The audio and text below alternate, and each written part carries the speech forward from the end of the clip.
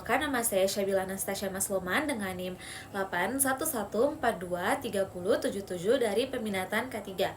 Video ini saya buat untuk memenuhi tugas mata kuliah Perundang-undangan K3 dengan dosen pengampu Ibu Putri Ayunintias Mahdang, SKM, MKKK. Pada video kali ini, saya akan mempresentasikan terkait analisis studi kasus penerapan Undang-Undang K3 di tempat kerja. Kasus pertama yaitu kasus ledakan boiler di pabrik kelapa sawit.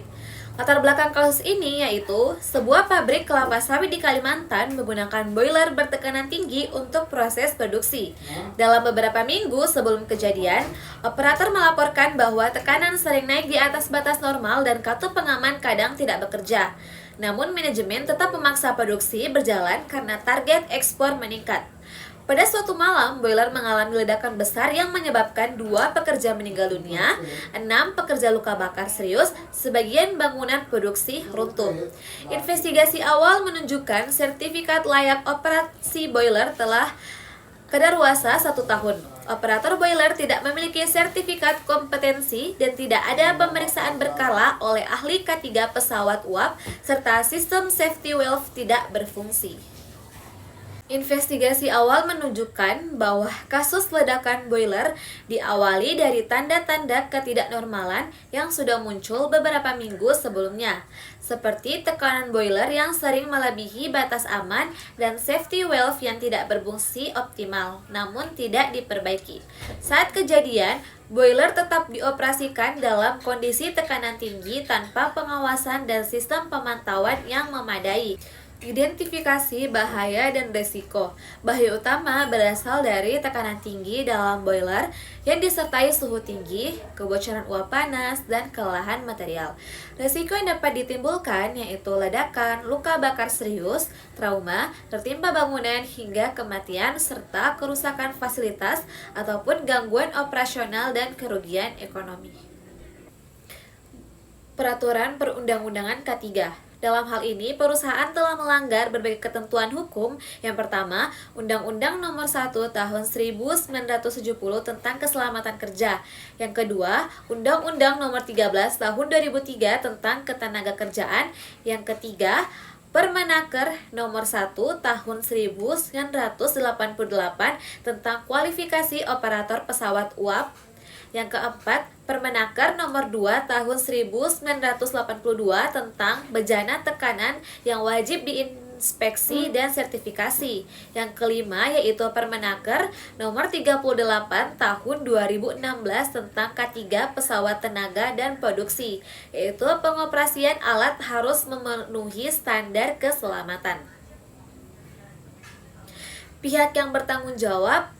Tanggung jawab utama ada pada manajemen perusahaan, khususnya pimpinan operasional dan penanggung jawab K3, karena tetap menjalankan boiler dalam kondisi tidak aman serta gagal dalam pengawasan keselamatan.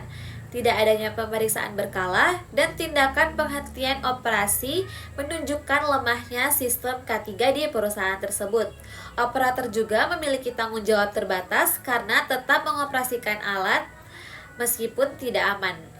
Sanksi yang dikenakan pada perusahaan. Perusahaan dapat dikenakan sanksi pidana berupa kurangan atau denda serta sanksi administratif seperti pencabutan izin operasional. Hal ini karena perusahaan dengan sengaja tetap mengoperasikan boiler yang tidak memiliki sertifikasi layak operasi dan tidak melakukan pemeriksaan berkala. Padahal sudah ada laporan kondisi tidak aman. Tindakan tersebut menunjukkan kelalaian serius dan pelanggaran kewajiban hukum untuk menjamin keselamatan kerja. Karena kelalaian ini menyebabkan korban jiwa dan kerusakan besar, maka sanksi yang diberikan menjadi lebih berat sesuai prinsip bahwa semakin besar dampak kerugian, semakin berat pula tanggung jawab hukumnya. Upaya pengendalian yang harus dilakukan.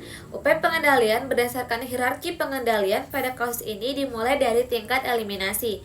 dengan menghentikan penggunaan boiler yang tidak layak operasi. Selanjutnya, pada tingkat substitusi, boiler yang sudah tidak memenuhi standar harus diganti dengan peralatan yang lebih aman. Pada tingkat rekayasa teknik, perlu dilakukan perbaikan dan pengujian safety valve, pemasangan sistem alarm tekanan, serta sistem shutdown otomatis. Secara administratif, perusahaan harus menerapkan SOP yang ketat, melakukan inspeksi rutin, dan memastikan operator memiliki sertifikasi. Sebagai pelindungan terakhir, yaitu pekerja wajib menggunakan APD atau alat pelindung diri seperti helm, sarung tangan panas, dan pelindung wajah. Kasus kedua yaitu kasus keracunan pestisida pada pekerja perkebunan. Latar belakang kasus ini yaitu di sebuah perkebunan hortikultura, pekerja melakukan penyemprotan pestisida hampir setiap hari selama musim panen. Perusahaan tidak menyediakan alat pelindung diri lengkap dan pekerja hanya menggunakan masker kain biasa. Setelah beberapa bulan, 10 pekerja mengalami pusing, muntah, iritasi kulit, 2 pekerja mengalami kerusakan saraf perifer. Pemeriksaan medis menunjukkan paparan organofosfat. Ditemukan bahwa tidak ada pelatihan penggunaan pestisida, tidak tersedia MSDS atau Material Safety Data Sheet, dan penyimpanan pestisida berada di dekat ruang makan pekerja. Investigasi awal menunjukkan pekerja terpapar pestisida secara rutin tanpa pelindungan yang memadai, hanya menggunakan masker kain biasa. Paparan terjadi bertahap sehingga menimbulkan gejala dari ringan, pusing, hingga mual berat, dan menandakan keracunan kronis organofosfat. Perusahaan juga tidak memberikan pelatihan penggunaan pestisida dan tidak menyediakan MSDS serta menyimpan pestisida dekat area makan sehingga meningkatkan resiko kontaminasi. Kemudian, identifikasi bahaya dan resiko. Bahaya utama adalah paparan bahan kimia beracun atau organofosfat melalui inhalasi, kontak kulit, atau tertelan. Resiko yang dapat ditimbulkan yaitu meliputi keracunan akut, pusing, mual, kejang-kejang, gangguan pernafasan, dan efek jangka panjang yang akan terjadi seperti kerusakan saraf dan penurunan fungsi otak. Selain itu, penyimpanan yang tidak aman meningkatkan resiko kontaminasi pada lingkungan kerja. Peraturan Perundang-undangan K3. Perusahaan melanggar beberapa aturan K3, yaitu yang pertama, Undang-Undang Nomor 1 Tahun 1970 terkait dengan wajib menjamin keselamatan kerja. Yang kedua, Undang-Undang Nomor 13 Tahun 2003, Pasal 86, pekerja berhak mendapat perlindungan K3. Yang ketiga, Permenaker Nomor 5 Tahun 2018, yaitu wajib mengendalikan bahaya lingkungan kerja agar tidak melebihi NAB atau nilai ambang batas. Yang kedua, Peraturan Pemerintah Nomor 74 Tahun 2001 terkait dengan bahan kimia atau B3, yaitu harus dikelola, disimpan, dan diberi informasi MSDS secara aman. Pihak yang bertanggung jawab. Dalam kasus ini, pihak yang bertanggung jawab utama adalah perusahaan perkebunan sebagai pemberi kerja. Hal ini karena perusahaan memiliki kewajiban untuk menyediakan lingkungan kerja yang aman, termasuk penyediaan alat pelindung diri, pelatihan, serta informasi mengenai bahaya bahan kimia. Selain itu, pengawasan lapangan juga memiliki tanggung jawab karena merupakan pihak yang secara langsung mengawasi aktivitas pekerja di lapangan. Seharusnya pengawas memastikan bahwa pekerja menggunakan APD dengan benar serta mengikuti prosedur keselamatan. Sanksi yang dikenakan oleh perusahaan. Perusahaan dapat dikenakan sanksi administratif berupa denda, penghentian sementara kegiatan, serta kewajiban memberikan kompensasi dan pengobatan kepada pekerja. Hal ini karena perusahaan tidak menyediakan alat pelindung diri yang sesuai, tidak memberikan pelatihan, serta tidak menyediakan informasi bahaya bahan kimia. Kondisi ini menunjukkan bahwa perusahaan gagal memenuhi kewajibannya dalam mencegah paparan bahaya. Akibatnya, pekerja mengalami gangguan kesehatan sehingga perusahaan bertanggung jawab secara hukum atas terjadinya penyakit akibat kerja ini. Upaya pengendalian yang harusnya dilakukan yaitu berdasarkan hierarki pengendalian. Yang pertama yaitu eliminasi, dengan mengurangi atau menghilangkan penggunaan pestisida yang berbahaya. Jika tidak dapat dihindari, dilakukan substitusi yaitu dengan bahan yang lebih aman. Pada tingkat rekayasa teknik, digunakan alat semprot yang lebih tertutup dan memastikan ventilasi yang baik.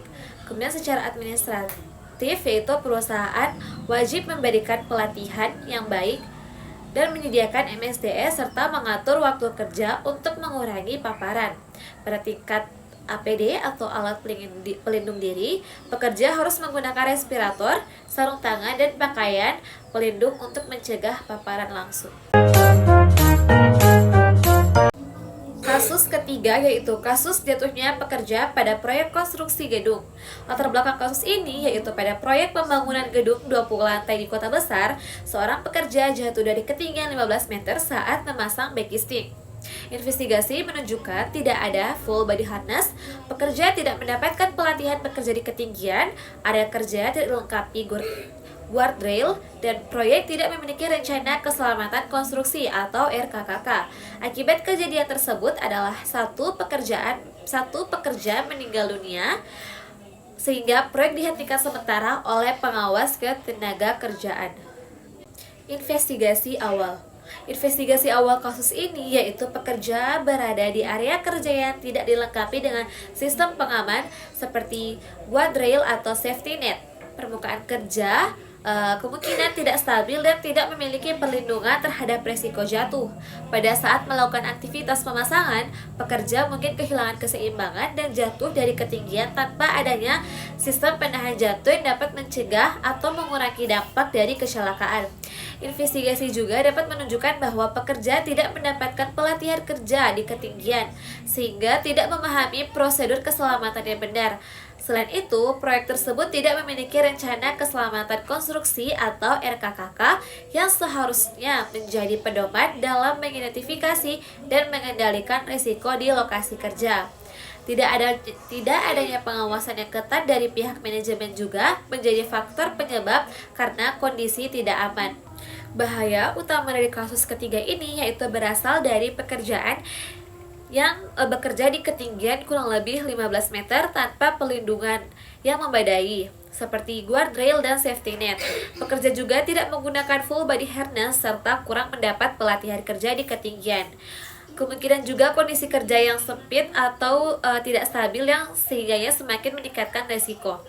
Resiko yang dapat ditimbulkan yaitu meliputi jatuh dari ketinggian yang dapat menyebabkan cedera berat seperti patah tulang, cedera kepala, hingga kematian.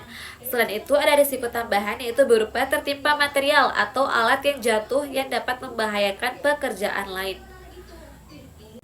Dalam hal ini, perusahaan melanggar yang pertama Undang-Undang Nomor 1 Tahun 1970 tentang Keselamatan Kerja.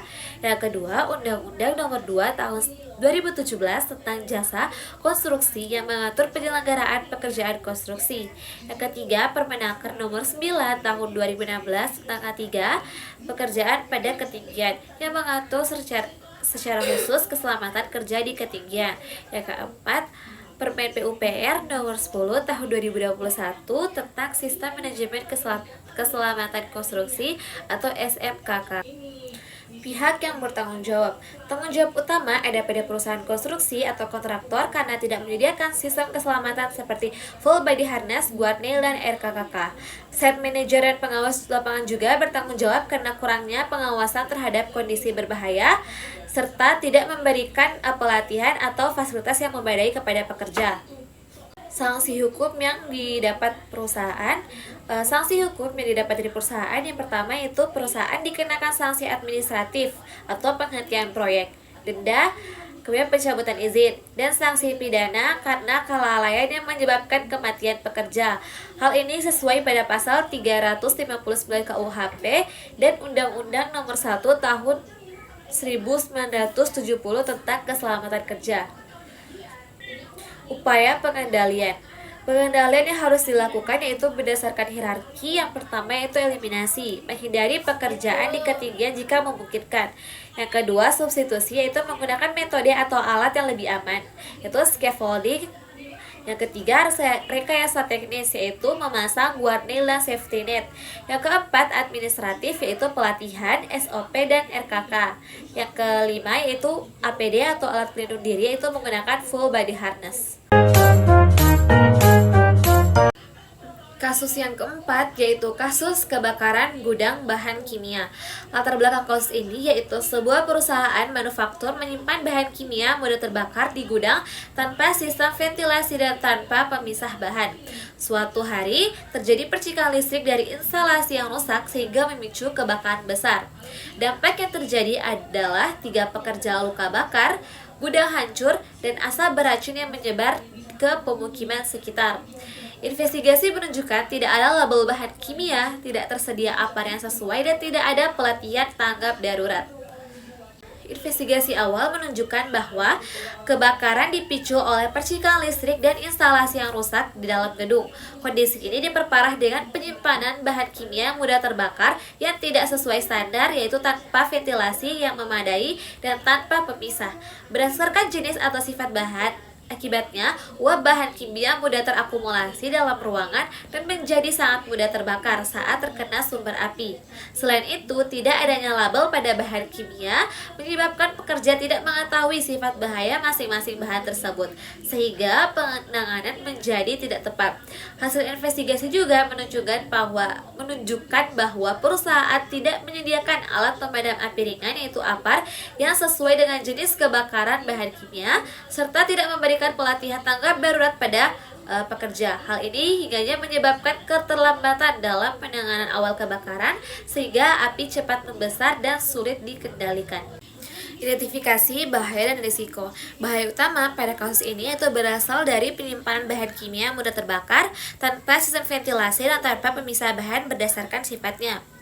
Kondisi ini hingganya menyebabkan bahan kimia mudah terakumulasi dan meningkatkan potensi terjadinya kebakaran.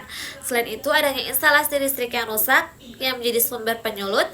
Kemudian tidak adanya label bahan kimia juga menjadi bahaya tambahan karena pekerja tidak mengetahui karakteristik dan cara penanganan bahan tersebut. Risiko yang dapat ditimbulkan dari kondisi tersebut sangat tinggi, yaitu pertama terjadinya kebakaran besar dan memungkinkan ledakan yang dapat menyebabkan luka besar serius pada pekerja seperti terjadi pada kasus ini. Selain itu, asap beracun dari bahan kimia dapat menyebar ke lingkungan sekitar dan membahayakan masyarakat. Risiko lainnya yaitu meliputi kerusakan total gudang, kerugian finansial yang besar, serta gangguan operasional perusahaan. Peraturan Perundang-undangan K3.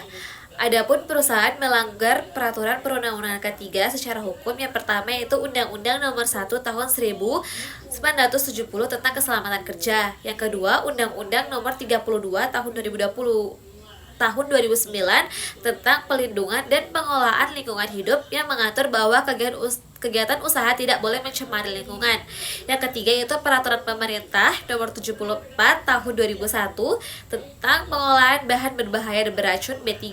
Yang keempat yaitu Permenaker Nomor 5 Tahun 2018 tentang K3 Lingkungan Kerja yang mengatur pengendalian faktor bahaya di tempat kerja termasuk bahan kimia dan kondisi lingkungan seperti ventilasi. Yang kelima yaitu Permenaker Nomor 4 Tahun 1980 tentang syarat pemasangan dan pemeliharaan alat pemadam api ringan atau APAR yang mengatur kewajiban penyediaan APAR sesuai jenis bahaya. Pihak yang bertanggung jawab.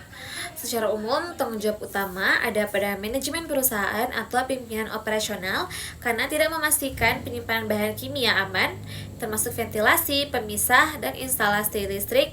Kemudian kepala gudang atau logistik juga bertanggung jawab atas pengelolaan yang tidak sesuai, itu bahan kimia tanpa label, kemudian penataan yang buruk, serta bagian maintenance karena kelalaian dalam memperbaiki instalasi listrik yang memicu kebakaran. Perusahaan dapat dikenakan sanksi. Yang pertama yaitu sanksi administratif, teguran, kemudian penghentian operasional hingga pencabutan izin. Yang kedua, sanksi pidana karena kelalaian menyebabkan luka. Yang ketiga, sanksi lingkungan, yaitu akibat pencemaran bahan kimia ini ketika terjadi kebakaran itu menimbulkan asap beracun. Kemudian tanggung jawab yaitu ganti rugi dan biaya pengobatan pekerja serta kompensasi bagi masyarakat yang terdampak. Upaya pengendalian yang harus dilakukan yaitu berdasarkan hierarki. Yang pertama, eliminasi, yaitu mengurangi penyimpanan bahan kimia yang tidak perlu. Yang kedua, substitusi, mengganti bahan berbahaya yang lebih aman. Yang ketiga, rekayasa teknik, yaitu ventilasi, instalasi listrik aman, kemudian pemisah bahan serta penyediaan APAR. Yang keempat, administratif, yaitu SOP, pelatihan darurat, pelabelan, dan inspeksi rutin. Yang terakhir itu alat pelindung diri atau APD, ada sarung tangan, masker, dan pelindung mata. Kasus kelima yaitu paparan debu silika pada pekerja tambang. Latar belakang masalah yaitu sebuah perusahaan tambang batu andesit bernama PT Bumi Mineral Sejahtera beroperasi di wilayah pegunungan. Proses produksi meliputi pengeboran batu, peledakan, pemecahan batu dengan crusher, serta pengangkutan material menggunakan dump truck. Aktivitas tersebut menghasilkan debu silika kristalin yang dalam jumlah besar. Selama beberapa bulan terakhir, beberapa pekerja di area crushing plant dan pengeboran mulai mengeluhkan gangguan kesehatan seperti batuk kronis, sesak nafas, iritasi mata, dan mudah lelah.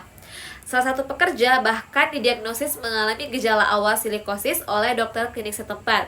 Setelah dilakukan inspeksi oleh pengawas ketenagakerjaan, ditemukan beberapa kondisi berikut. Yang pertama, perusahaan tidak melakukan pengukuran kadar debu silika di tempat kerja secara berkala. Sistem pengendalian debu atau dust supervision system seperti penyemprotan air di area crushes tidak berfungsi dengan baik. Kemudian sebagian pekerja tidak menggunakan alat pelindung pernafasan yaitu respirator karena perusahaan hanya menyediakan masker kain biasa. Kemudian ada pelatihan K3 terkait bahaya debu silika belum diberikan kepada pekerja tambang. Pemeriksaan kesehatan berkala atau medical check up khusus untuk penyakit paru akibat kerja tidak dilakukan. Dan tidak terdapat program pemantauan lingkungan kerja maupun pencatatan penyakit akibat kerja. Kondisi ini akibatnya paparan debu silika itu berlangsung terus-menerus selama jam kerja yang panjang 8 sampai 10 jam kerja. Dalam 1 tahun terakhir itu tercatat beberapa pekerja itu mengalami fungsi gangguan paru. Investigasi awal pada kasus ini menunjukkan bahwa paparan debu silika berasal dari proses produksi seperti pengeboran, peledakan, penghancuran batu, dan pengangkutan material yang menghasilkan debu dalam jumlah besar. Debu tersebut di area kerja, terutama di lokasi crushing plant dan pengeboran tanpa adanya pengendalian yang efektif. Kemudian sistem pengendalian debu seperti penyemprotan air yang tidak berfungsi dengan baik sehingga debu tetap terhirup oleh pekerja dalam waktu yang lama. Selain itu, perusahaan tidak melakukan pengukuran kadar debu silika secara berkala sehingga tidak diketahui apakah paparan telah melebihi batas aman. Hasil investigasi juga menunjukkan bahwa perusahaan tidak menyediakan alat pelindung pernapasan yang sesuai karena hanya memberikan masker kain yang biasa. Kemudian tidak adanya pelatihan K3 membuat pekerja tidak memahami bahaya paparan debu silika, sementara pemeriksaan kesehatan berkala juga tidak dilakukan sehingga gangguan paru tidak terdeteksi. Identifikasi bahaya dan risiko. Bahaya utamanya yaitu debu silika kristalin yang terhirup ke paru-paru.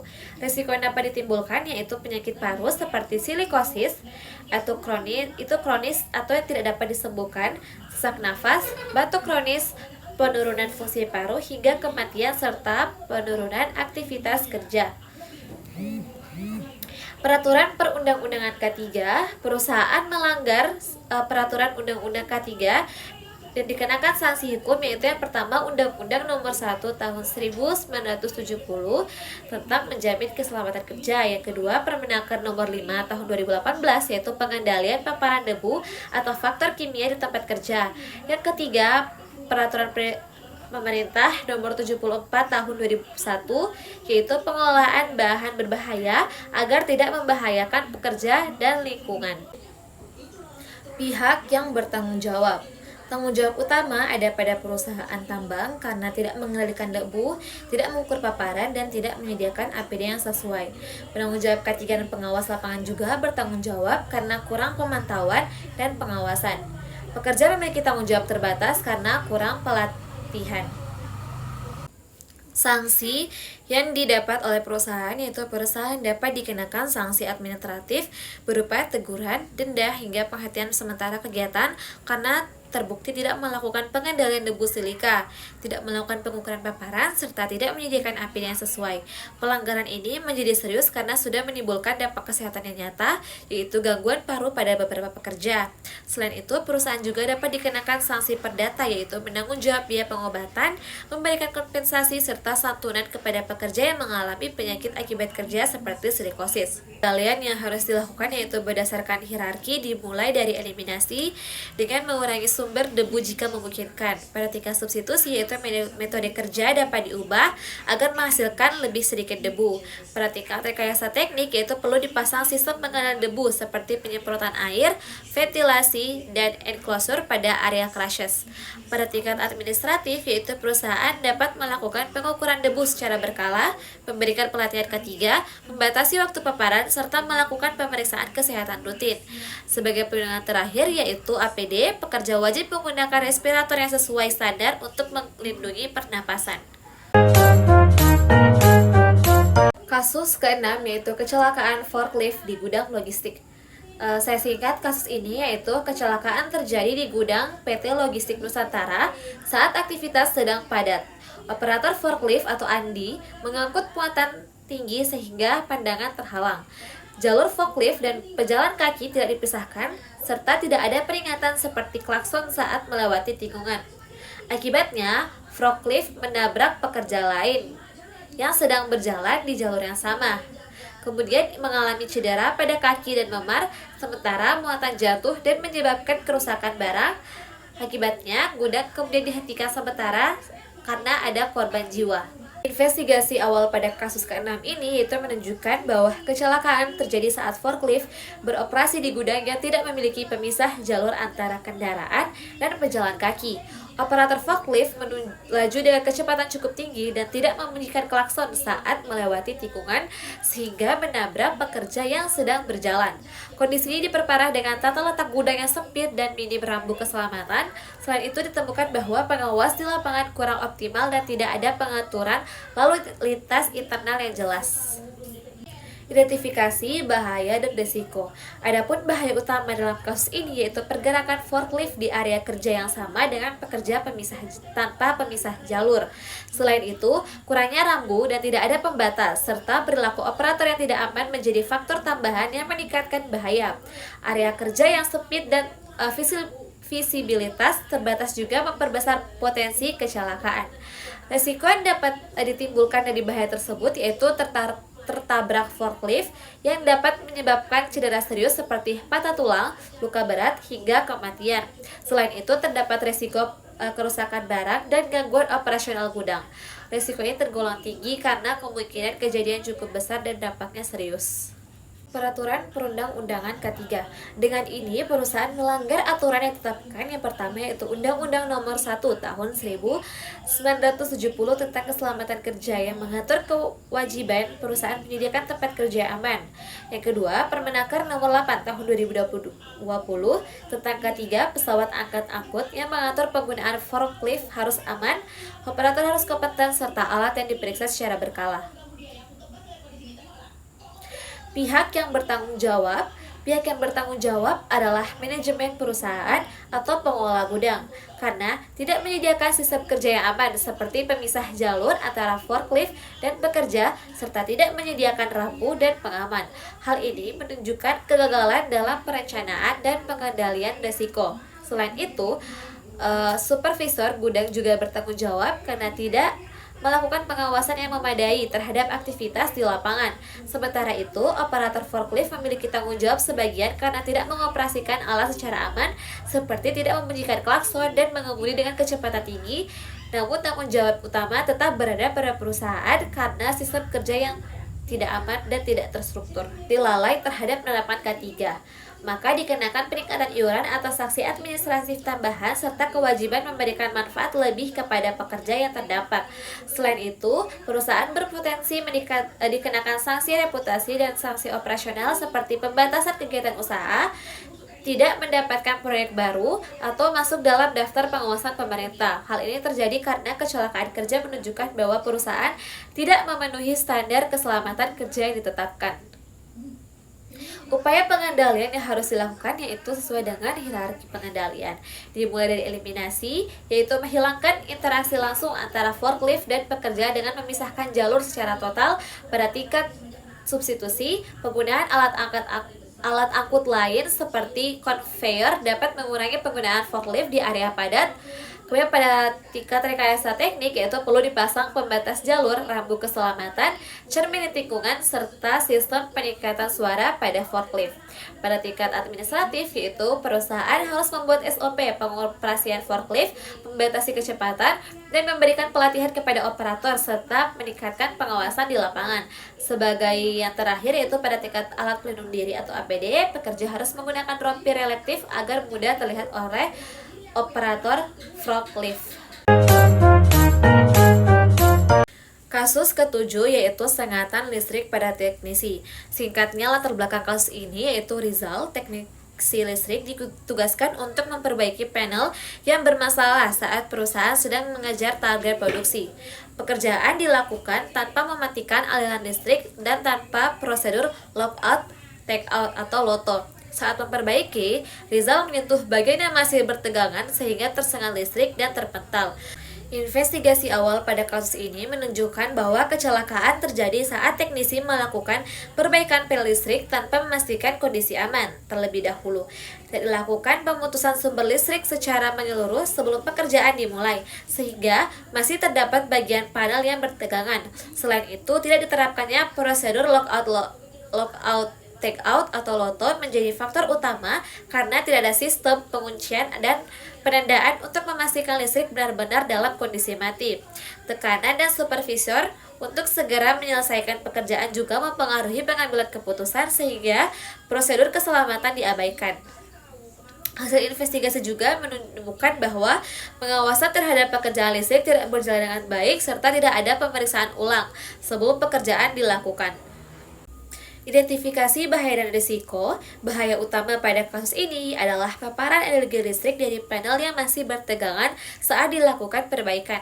Tidak dilakukannya pemutusan sumber listrik dan tidak diterapkannya prosedur lockout atau LOTO menjadi faktor utama yang meningkatkan bahaya. Selain itu, kondisi panel listrik yang terbuka, kemungkinan adanya kabel yang terkelupas, serta tidak digunakannya alat pelindung diri khusus listrik seperti sarung tangan isolasi juga menjadi bahaya tambahan.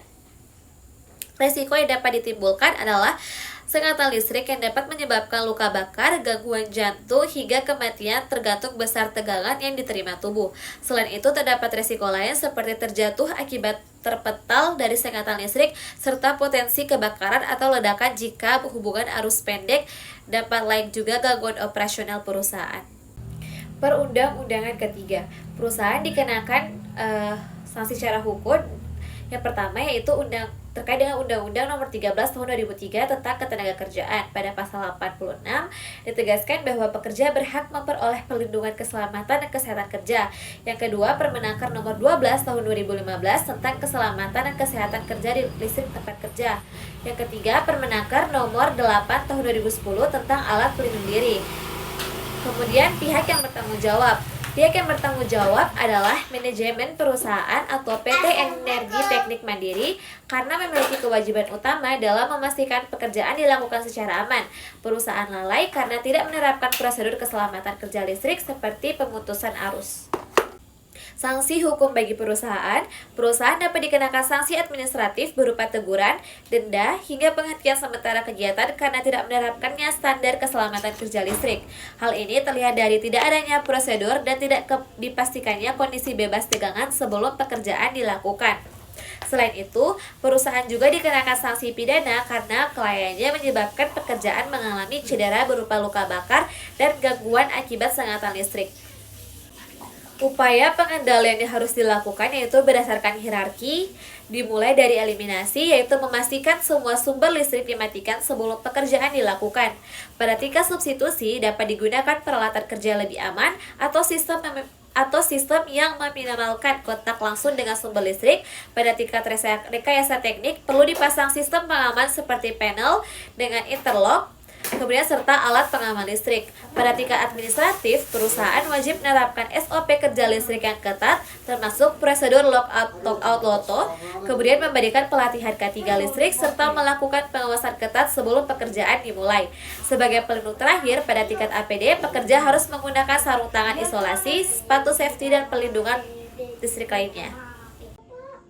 Itulah hasil presentasi dari 7 studi kasus pada penerapan Undang-Undang ketiga. Lebih dan kurangnya saya mohon maaf. Terima kasih. Wassalamualaikum warahmatullahi wabarakatuh.